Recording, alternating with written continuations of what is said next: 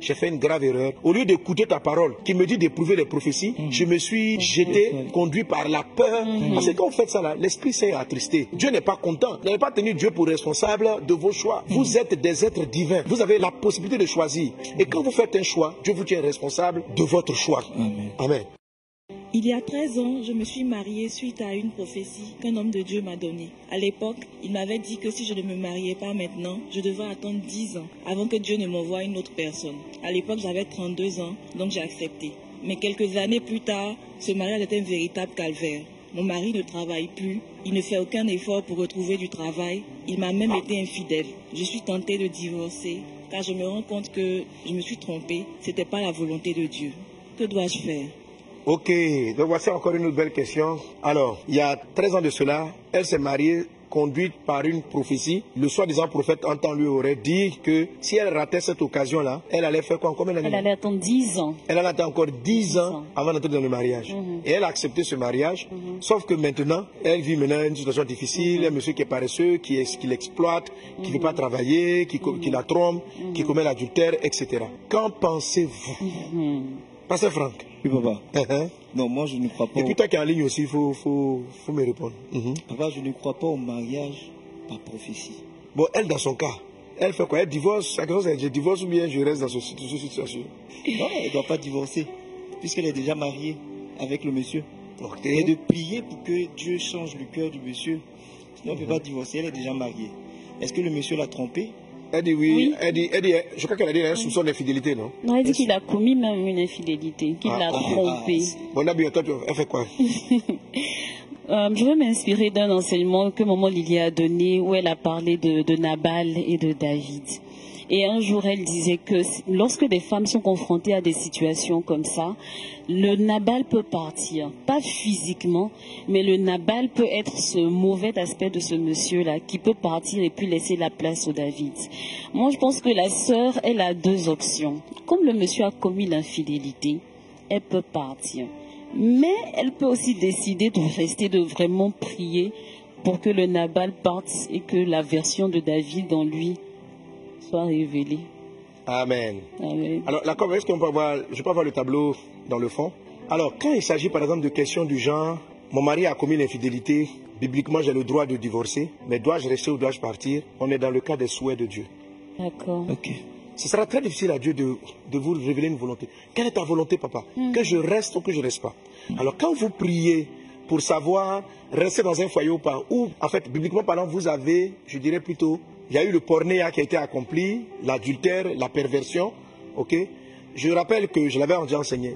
Il ne s'agit pas de vous laisser pour divorcer pour une chute. Quand on parle de pornéa, c'est-à-dire que le monsieur ou le conjoint est rentré dans une vie de dépravation sexuelle. Il est vraiment dehors, il vit dans l'adultère. Non pas, mon mari m'a trompé une fois, je peux divorcer. Non, ça c'est un manque de pardon. La Bible dit que s'il vient et se répand, il faut lui pardonner. Il faut lui pardonner. Ma femme m'a trompé, le monde s'arrête, c'est fini. Bon. Tu peux t'appuyer aussi là-dessus. Alors, dans ce cas de figure, quand vous priez, quand vous lisez l'apôtre Paul qui aborde le sujet, il dit ceci. Si le mari païen s'en va, qu'il aille. La personne est libre pour cela. Mais s'il désire rester, tu peux rester avec lui. Vous comprenez? Vous voyez la manière dont Paul est en train de parler? C'est comme si on avait des choix. On est dans le cas du conseil, on est dans le cas du souhait. C'est-à-dire même quand Dieu va te donner une révélation en ce moment-là, elle n'est pas, va divorce. Non. Va, reste. Si vous cherchez ce genre de voix, vous n'allez pas les entendre. Parce que tu as pris un chemin. Et dans les deux cas, Dieu peut te sauver. C'est-à-dire si tu restes dans le foyer, Nabal va devenir David. Si tu pars aussi, c'est pas ce qui va t'empêcher d'arriver au carrefour de tes desseins. Tu vois?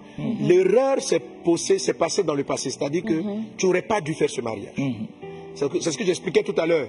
Quand je dis que c'est une partie du message, tu n'aurais pas dû le faire. Maintenant tu l'as fait. C'est comme Samson. Samson n'aurait pas dû aller avec cette femme. Samson n'aurait pas dû prendre le chemin qu'il a pris. Mais il l'a pris. Et il s'en est rendu compte. Alors il demande pardon. Alors ma fille qui me pose la question, la première des choses à faire, c'est la repentance. Lorsque tu te rends compte que tu as écouté un faux prophète qui t'a envoyé dans un mur, il faut savoir que le jour où tu as désobéi à Dieu, l'Esprit Saint a été attristé.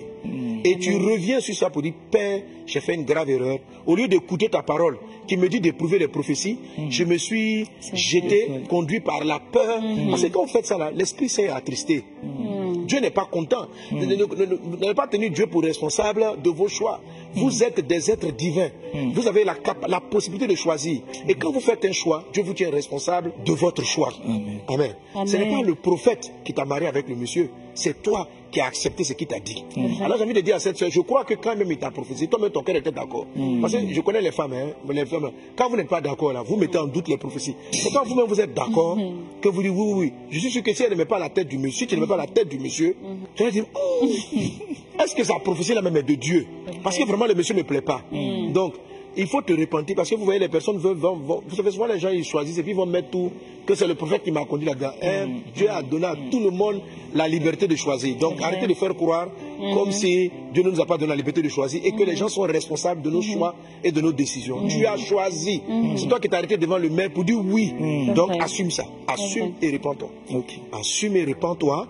Commence ton histoire par là. Je peux divorcer, je ne peux pas divorcer. Si tu te réponds sincèrement, tu vas avoir le souhait de Dieu. C'est-à-dire que Dieu va te révéler son souhait. Son souhait, ça sera de te dire, si tu restes avec ce monsieur, je vais le sauver. Prie comme ceci pour lui, fais comme ça, fais comme cela, fais comme ceci, fais comme cela. Amen. Si tu as une grâce même, il peut te donner même sa volonté. C'est vrai que tu as fait une erreur, mais reste avec lui. Ça, c'était le cas de David. Lorsqu'il a péché et il a tué Uri, il s'est profondément repenti. Mais il a compris qu'il devait garder la femme. Et il a gardé. Et quand il a gardé, Dieu lui a tellement pardonné que le dessein de Dieu, qui était de faire descendre, parce que Dieu avait suscité David, Dieu avait un dessein. N'oubliez pas la première partie de l'enseignement. Le dessein, c'est le projet. Le dessein que Dieu avait de faire de lui l'aïeul de Jésus-Christ, ce dessein-là, s'est accompli avec Bathsheba, la femme de l'adultère. Ok? Amen.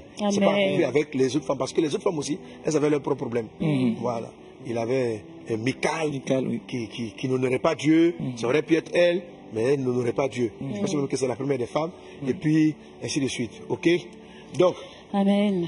Alléluia. Amen. Donc faites très attention. Dans ce genre de cas, vous aurez des questions de souhait. C'est-à-dire que, en fait, vous avez le choix. Vous avez le choix. Dieu, beaucoup de révélations, beaucoup de directions sont... Voici les chemins, tu as deux chemins. Mais les deux chemins mènent au même dessein. Il y a un qui va te faire un peu plus tarder, l'autre va te... Et puis Dieu te pose le problème. Et quand tu es là maintenant, ce que tu cherches, c'est Saint-Esprit. L'esprit de conseil. Donne-moi un conseil. Qu'est-ce que tu penses qu'il est bien de faire? Moi, je n'ai pas envie de rester, le monsieur me fatigue. Et en même temps, je l'aime aussi quelque part. Pourquoi, ma soeur, je t'ai dit de dire l'honnêteté de ton cœur? Je crois que quelque part, tu l'as aimé. Et tu vas dire, moi aussi je l'aime quelque part, mais il m'a déçu, il a cassé mon cœur. Voilà. Parce que tu t'es marié parce que tu l'as aimé. Si tu dis seulement que tu t'es marié à cause du prophète, ce n'est pas honnête. Le prophète a prophétisé, ça coïncide avec quelque chose qui était un peu dans ton cœur, et tu as accepté, tu as dit oui. Voilà. Maintenant tu t'es rendu compte que le monsieur t'a déçu. C'est en ce moment-là que tu reviens sur les dits du prophète. Tu vois, donc la vraie repentance vous ouvre le vrai salut. Une repentance tronquée qui tient les autres pour responsables sans tenir compte de notre part de responsabilité. Quand David s'est repenti et puis Dieu a changé son péché en gloire, il est très sincère. Apparemment, Madame Bathsheba, comment dirais-je, se lavait nue au pied de son palais. Donc, montant sur la tour, il a vu la dame. Elle ne s'est pas fait exprès. Peut-être. En tout cas, dès qu'elle a appelé, elle ne semble pas du tout avoir résisté. Elle n'a pas dit non, je suis une femme mariée, je commettrai l'adultère. Elle n'a pas dit ça. Elle n'a pas dit ça. Donc, David aurait pu se répondre en disant, Père, cette femme-là m'a séduite. Et je suis entré dans le péché. Ça, c'est pas une repentance. C'est une manière de se dédouaner et de dire que la coupable, c'est elle. L'humilité devant Dieu consiste à reconnaître sa part des faits. Il n'a jamais pris cette femme-là comme une coupable. C'est lui qui l'a fait appeler. C'est lui qui lui a proposé. Elle n'a pas résisté. Elle aurait pu résister. Elle ne l'a pas fait. Assume ta part.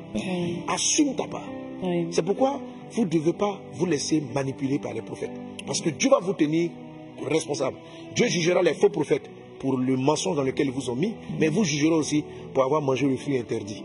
Est-ce qu'on est ensemble? Donc faites très attention, c'est pourquoi tu te dois de juger et de faire les choses avec lesquelles tu es convaincu. Tu n'es pas convaincu, tu ne fais pas.